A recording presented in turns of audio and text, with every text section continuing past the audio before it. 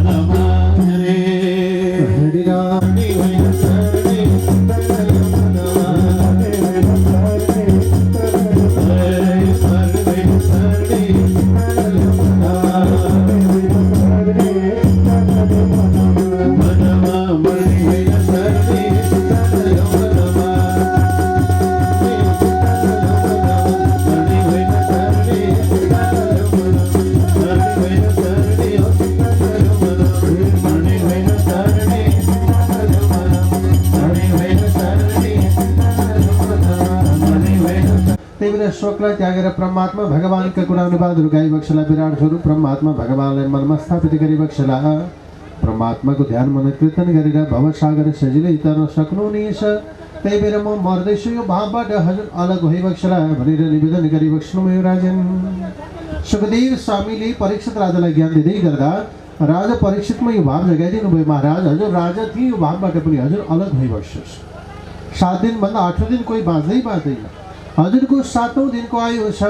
खडबाङ्ग नामको राजा भइबक्सनुहुन्थ्यो। केवल 2 घडी मुहुर्तमै आज दानै गरेर परम मोक्ष पदको प्राप्ति गरिबक्सनुभएको थियो महाराज। हजुरको त 7 दिनको आयु छ प्रभु भनेर निवेदन गरिबक्सनुभयो राजन। तर महाराज निन्द्रया वेते नक्तम बेवायन चबावया दिवाचाते हया राजन कुटुम्ब भरणे नमः। आयुष भनेर दिनको समय केवल धन आर्जनका लागि, रात्रिको समय केवल शयनका लागि, निन्द्राका लागि मात्र व्यतीत गर्नुभयो भने महाराज हजुरलाई भवसागर सजिलै तर्न कठिनाइ पर्नेछ। त्यही भएर परमात्मा भगवानमा चित्त लगाएर बाह्य संसारमा होइन आफै भित्र ब्रह्म परमात्मा भगवानलाई जान्ने प्रयत्न गरिबक्सला भन्ने जगतको अधिपति परमात्मा भगवानका महिमा वर्णन विस्तार गरिबक्सनुभयो राजन। न सम्झेर पो सम्झे हरि मनैमा न सम्झेर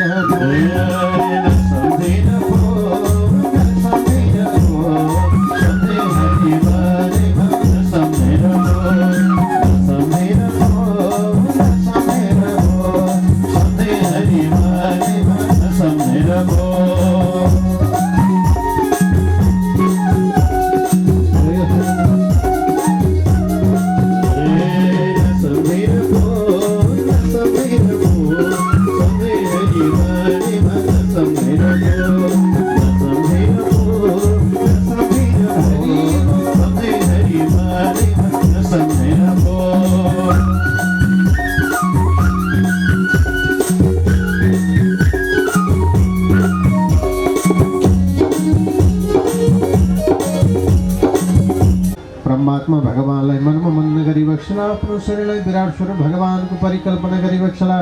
कटिदेखि तल अतल सुतल तलातल महातल र सातल पातललाई परिकल्पना गरिबक्सो। कटिदेखि माथि भरुलोक भूलोक महलोक जनलोक तपलोक सत्यलोक आदि लोकहरूलाई परिकल्पना गरिबक्सला।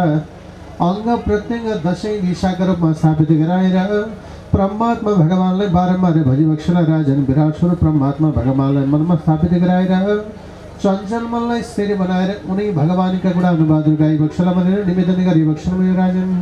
हाम्रो मन कस्तो छ? चञ्चल छ। शरीर यहाँ छ, मन कहाँ पुग्छ। कतिखेर सकिलाएर घर जाउँला बा होला होइन, घरतिर मन पुगिसकेको छ। यो जस्तो तीव्र गतिले भाग्नेवाला अरू केही पनि छँदै छैन। न बनिया छ न बन्नेवाला छ। न यसलाई टाढा टाढा जान पैसा लाग्छ, न कुनै साधनको प्रयोग गर्नुपर्छ। गाडी पनि कोर्न पर्दैन यो मनलाई, जहाँ पनि पुगेर आउन सक्छ। उतिखेरै जान्छ उतिखेरै आउँछ। अनि यो तीव्र गतिले भाग्नेवाला चञ्चल मनलाई स्थिर बनाउने उपाय के छ भगवान भनेर निवेदन गर्दै प्रणनको आशा गरिबक्सनुभयो राजन। चञ्चल मन जबसम्म स्थिर हुँदैन तबसम्म ध्यान सिद्धि हुनै सक्दैन। हजुरले ध्यान गर भन्नुभयो। ध्यान गर्नका लागि मेरो चञ्चल मन स्थिर बनाउने उपाय के छ त प्रभु भनेर सुखदेव स्वामी परीक्षित राजाका निकटमा निवेदन गर्दै प्रश्न गर्दै बताउँदै हुनुहुन्थ्यो। राजन सुनिबक्सोस्, परमात्मा सबैभन्दा पहिले पद्मासन कसेर बस्नु, मेरुदण्डलाई सिधा बनाउनु, ध्यान मुद्रामा स्थापित हुनु, ध्यान मुद्रामा बस्नु। आँखा एकैचोटि चिम्लनु भयो भने साथीभाइसँग घुम्न गएको, बजार गएको सबै ध्यानमा आउँछ। त्यसलाई ध्यान भनिँदैन, त्यसलाई विचरण भनिन्छ। ध्यान भनेको एकै ठाउँमा मन स्थिर बनाउनु, आफूले चाहेको देवतालाई याद गर्न सक्नु, त्यसलाई ध्यान भनिन्छ। त्यही भएर थोरै आँखा खोलेर आफ्नो नाकमा हेर्ने अभ्यास गर्नु।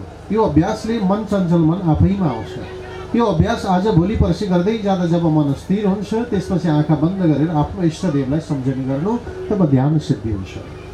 जब ध्यानको सिद्धि भएपछि ज्ञानको प्राप्ति हुन्छ। ज्ञानले वैराग्य, वैराग्यले मोक्ष दिलाउने गर्दछ महाराज भनेर ध्यानको महिमा वर्णन विस्तारै गरिबक्सनुभयो।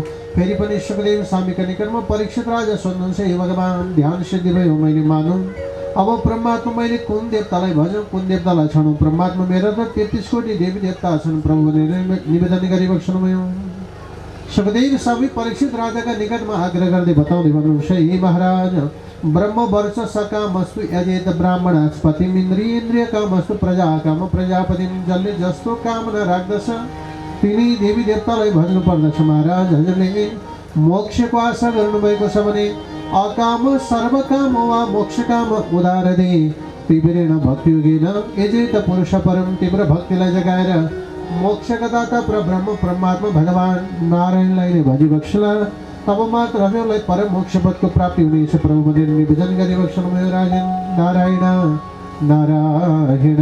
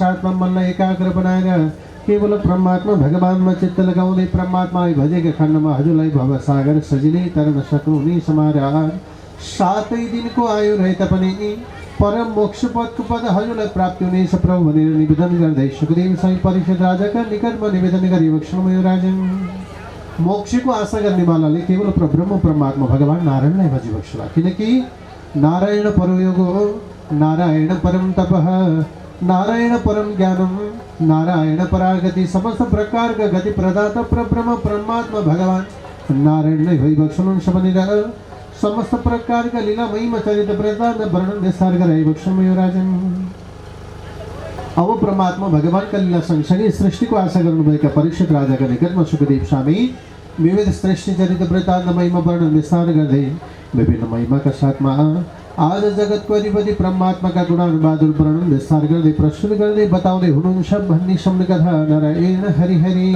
जय बोलो श्रीमद् भागवत महापुराणको जय हो, नारायणेश्वर भगवानको जय हो, गोविन्द भगवानको समस्त भक्तजनहरूको आजको आनन्दको भागवत भगवानको जय जय हो।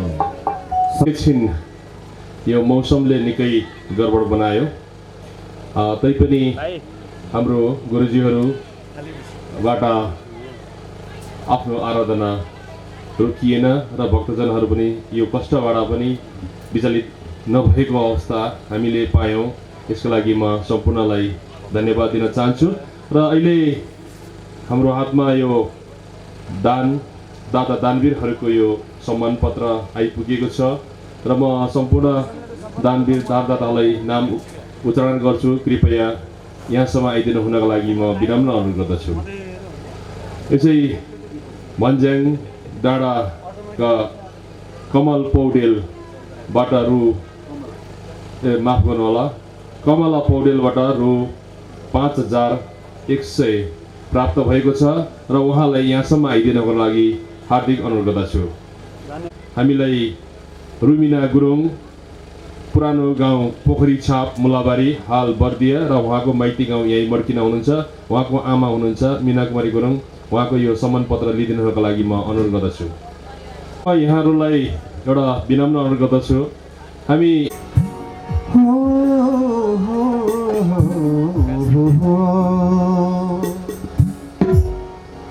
गरौँ काम पेट भरी खानलाई जपौँ राम वैकुण्ठ जानलाई।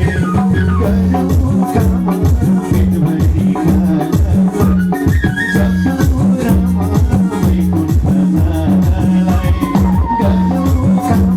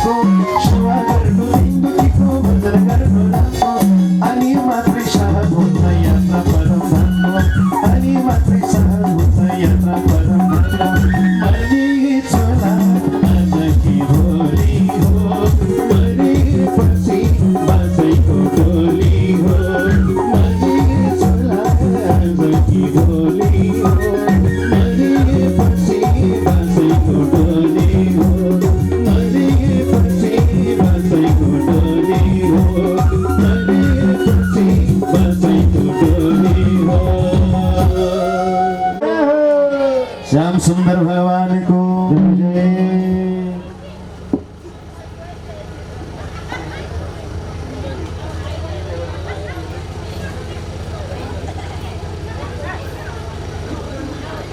अघि नै नाउँ उच्चारण गरिसकेको थियो, तर अलिकति यहाँ प्राविधिक गडबडीले गर्दाखेरि अलिकति यहाँ समस्या आएको हुनाले म फेरि क्षमा प्रति चाहन्छु। र बिरुवा गाउँपालिका 4 साउनेपानी निवासी ज्ञानदेवी पोखरेल ज्यूबाट रु 1050 प्राप्त भएको छ र उहाँलाई पनि यो आफ्नो सम्मान पत्र र रसिद लिनका लागि म हार्दिक अनुरोध गर्दछु। स्याङ्जा पुतली बजार नगरपालिका 1 दुर्गानगर निवासी जोगमाया गुरुङबाट रु 1005 रुपैयाँ प्राप्त भएको छ र उहाँलाई पनि अगाडि आइदिनलाई अनुरोध गर्दछु। त्यसै गरी स्याङ्जा पुतली बजार घुम्ती निवासी बुद्धिमाया गुरुङज्यूबाट रु 1105 प्राप्त भएको छ, उहाँलाई पनि अगाडि आइदिनका लागि अनुरोध गर्दछु। त्यसै गरी स्याङ्जा पुतली बजार दुर्गानगर निवासी प्रतीक गुरुङज्यूबाट रु 1100 प्राप्त भएको छ र उहाँलाई पनि अगाडि आइदिनको लागि हार्दिक अनुरोध गर्दछु। यदि उहाँहरू आउनु भएको छैन भने हामी यो सम्मान पत्र कुनै दिन उहाँलाई हस्तान्तरण गर्नेछौँ। र म एउटा सूचनाको लागि म गुरुसँग अनुमति मागेँ। यो अघि पानी हुरी र पानी आउँदाखेरि यो मोबाइल खसेको रहेछ र यो मोबाइल अलिकति पानीले भिजेर यो निकालेर सिम निकालेर ब्याट्री निकालेर राखिदिएको छ। यदि कुनै महानुभावको मोबाइल हराएको छ भने यहाँ सम्पर्क राख्नु हुन म अनुरोध गर्दछु। हस्त धन्यवाद।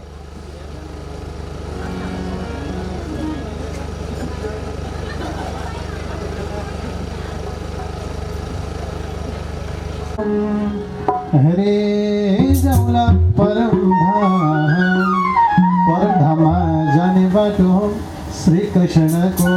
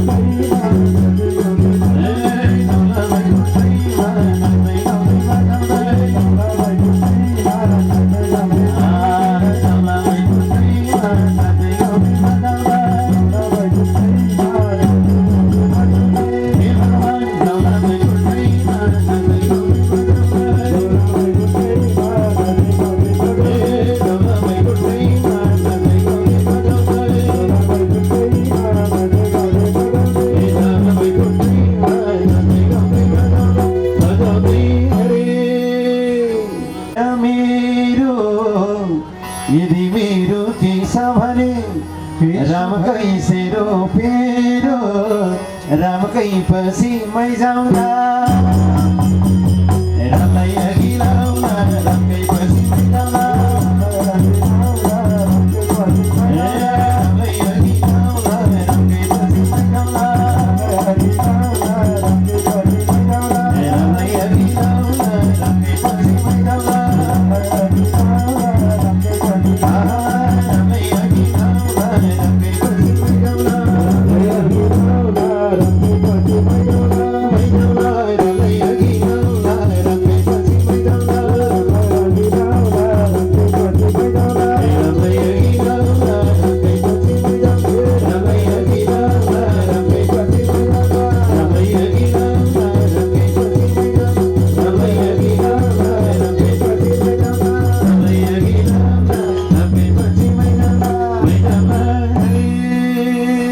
सात बजेदेखि 10 बजेसम्म पूजापाठ आराधनाहरू यज्ञ वैधानिकताका पाटोहरू मन्दिर परिसरमा चलिरहेका छन्।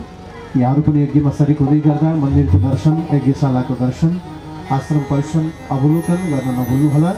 यहाँहरू सबैलाई हामी निवेदन गर्दछौँ 23 गतेसम्म यज्ञ चल्नेछ। यहाँहरू सबैको साथ सहयोग र सद्भाव जे सकिन्छ सहभागी भएर दान गरेर पुण्य आर्जन गर्नुहुनेछ। सबैलाई हामी अनुरोध पनि गर्दछौँ। धेरै सके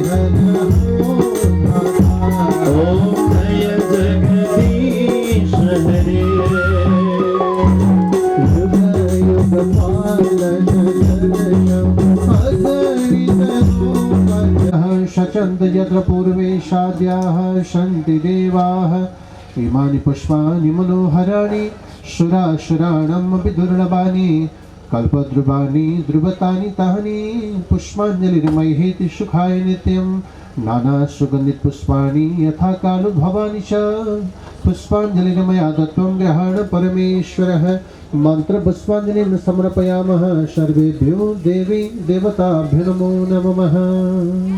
बोलो श्रीमद् भागवत महापुराण को भक्तवत्सल भगवान को नारायणेश्वर भगवान को गोविंद भगवान को भक्तवत्सल भगवान को भागवताहरूको 33 कोटी देवगण को 64 योगिनीहरू को कृष्ण गंगा माता को शुक्ला गंगा माता को पशुपतिनाथ भगवान को मुक्तिनाथ भगवान को राधा कृष्ण भगवान को पशुपतिनाथ भगवान को आज को आनंद को नेपाल जननी को गौ माता को जय जय श्री राधे श्याम।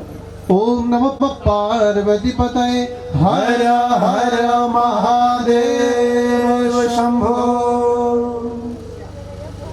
ओम गरिदिनुको लागि म अनुरोध गर्दछु। अब मात्र हामीसँग 5 मिनटमा हाम्रो यो समापन हुनेछ र मेरो हातमा अहिले यहाँ दानवीर दाताहरूको सम्मान पत्र र रसिद आएको छ र केही सूचनाहरू छ। एकैछिन बसिदिनु होला है।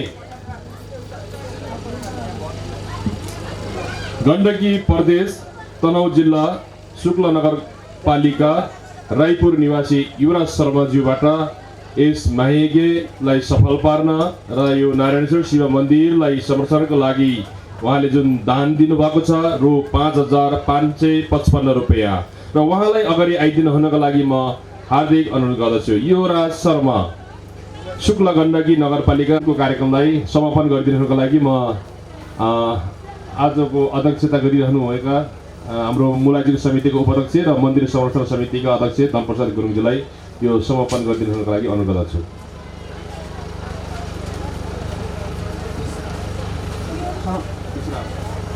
धन्यवाद उपस्थितज्यू।